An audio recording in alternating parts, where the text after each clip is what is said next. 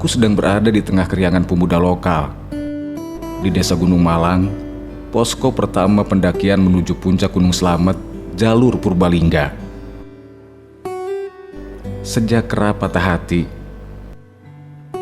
aku terbiasa pergi ke tempat-tempat sejuk untuk sekedar berbaur dan menepi. Sebut saja relaksasi.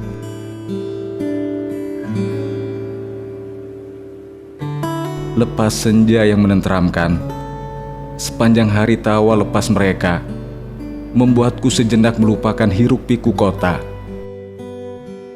Di sini, aku diingatkan kembali tentang bagaimana hidup seharusnya berjalan, saling menyapa, berbagi, dan ramah kepada siapa saja. Kesederhanaan yang hilang dari semesta kita hari ini.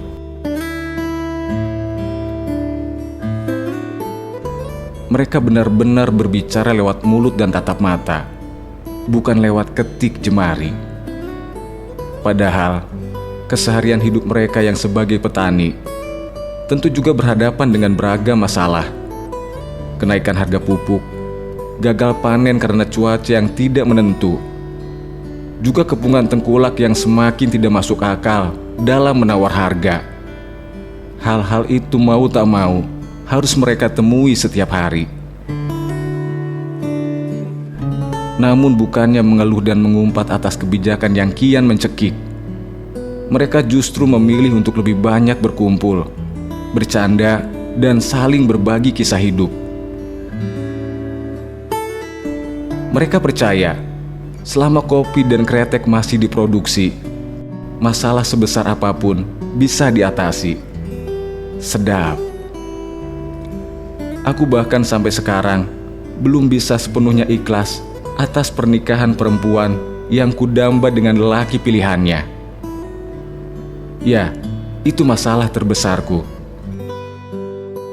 Padahal anaknya sudah besar, dan bukan tidak mungkin janinnya sudah terisi kembali. Aku yakin suaminya tak akan pernah melewatkan malam tanpa menjamah tubuhnya. Seharian kerja, jalanan macet, belum lagi amarah bos yang terngiang di kepala. Sampai rumah disambut istri dengan anak sudah tertidur pulas, tancap sudah. Memangnya ada hal lain yang lebih baik untuk mengusir letih, yang bikin pusing banyak. Andai saja para sahabat karibku belum begitu sibuk dengan urusan masing-masing, mungkin aku masih bisa berbagi kopi seperti pemuda lokal ini lakukan setiap malam. Aku kira beginilah nanti jadinya. Kau kawin, beranak, dan berbahagia, sedang aku mengembara serupa Ahasveros. Semakin hari, aku semakin menyerupai bait-bait awal puisi Tak Sepadan karya Hairil Anwar. Jadilah aku tuangkan semua kegelisahan ini pada tulisan, berharap banyak orang membacanya sembari mencari nasib yang sama. Siapa tahu kita bisa membentuk partai baru, berlandaskan patah hati, berajas kekecewaan, bersatu dalam naungan mantan.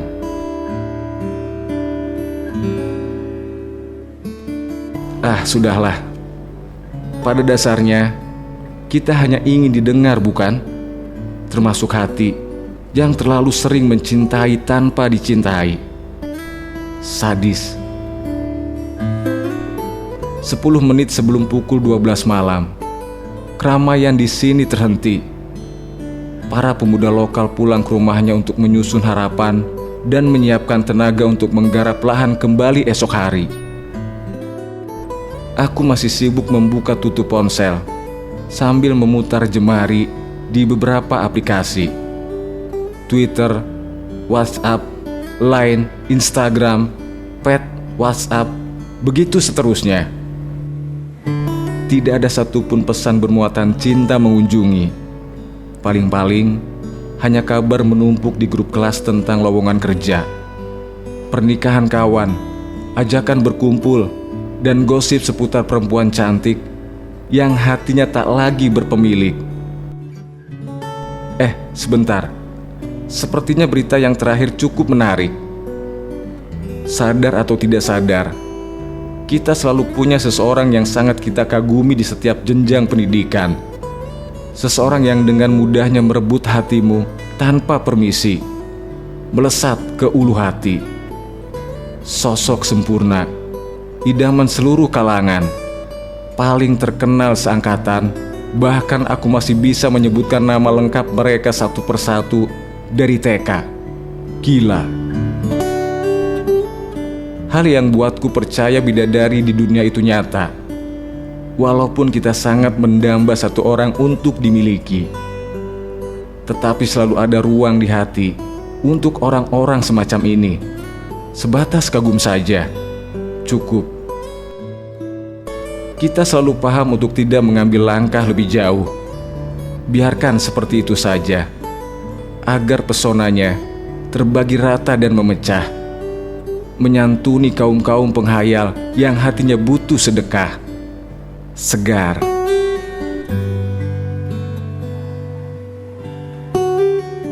Entah kenapa malam itu gerak nyali begitu liar menelusup otak dan jemari. Tanpa pikir panjang, kuhubungi para bidadari itu dengan satu pertanyaan standar. Kamu apa kabar? Menggoda sosok idaman menurutku satu hal yang minim resiko. Dibiarkan wajar, dibalas Allahu Akbar. 1 menit berlalu, aku mulai menghubungi bidadari lain. 10 menit berlalu, mulai ada balasan. Aku biarkan. Sebagai lelaki yang masih percaya paham tarik ulur, aku jelas memilih fokus menumbuhkan tunas baru. Biarkan bunga-bunga yang mulai mekar itu mengeluarkan wanginya. Nanti sekaligus saja aku memanen buahnya. Setengah jam berlalu, kubuka balasan mereka satu persatu.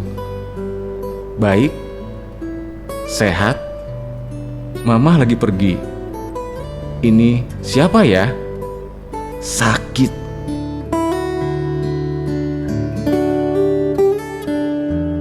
Mungkin benar bahwa perempuan cantik, wanita mempesona, gadis anggun, dan sebangsanya yang masih sendiri itu hanyalah mitos atau sekadar dongeng menjelang tidur. Bagaimana bisa kurai cinta bila setiap menyapa wanita berakhir di centang biru tanpa jawab setelahnya? Sekalinya ada tanggapan, hanya basa-basi tanpa harapan. Kututup WhatsApp dan mulai menghitung hidup. Ada beberapa hal yang memang cukup untuk kita nikmati tanpa bisa kita miliki. Ada pula yang bisa kita miliki walau tak begitu kita nikmati. Lebih baik aku sadar diri sambil kembali menata hati. Kutaruh ponsel di sudut meja. Perlahan aku bangkit, menyesap kopi dan keluar dari posko untuk sekedar menghela nafas sambil menikmati samar-samar kemegahan Gunung Slamet. Siluet purnama dini hari mulai menjelaskan setiap lekuk yang menjulang tinggi, disertai perbukitan yang mengiringi. Alam memang selalu mampu memeluk kita lewat berbagai pertanda. Hawa dingin pun membelai mesra, menyentuh paru-paru, menepikan lara. Mataku terpejam di bawah ribuan bintang. Doa-doa melayang, mencoba temukan perasaan yang hilang. Saat yang tepat untuk merenung, meminta maaf, bersyukur, dan berterima kasih kepada Tuhan. Senyap.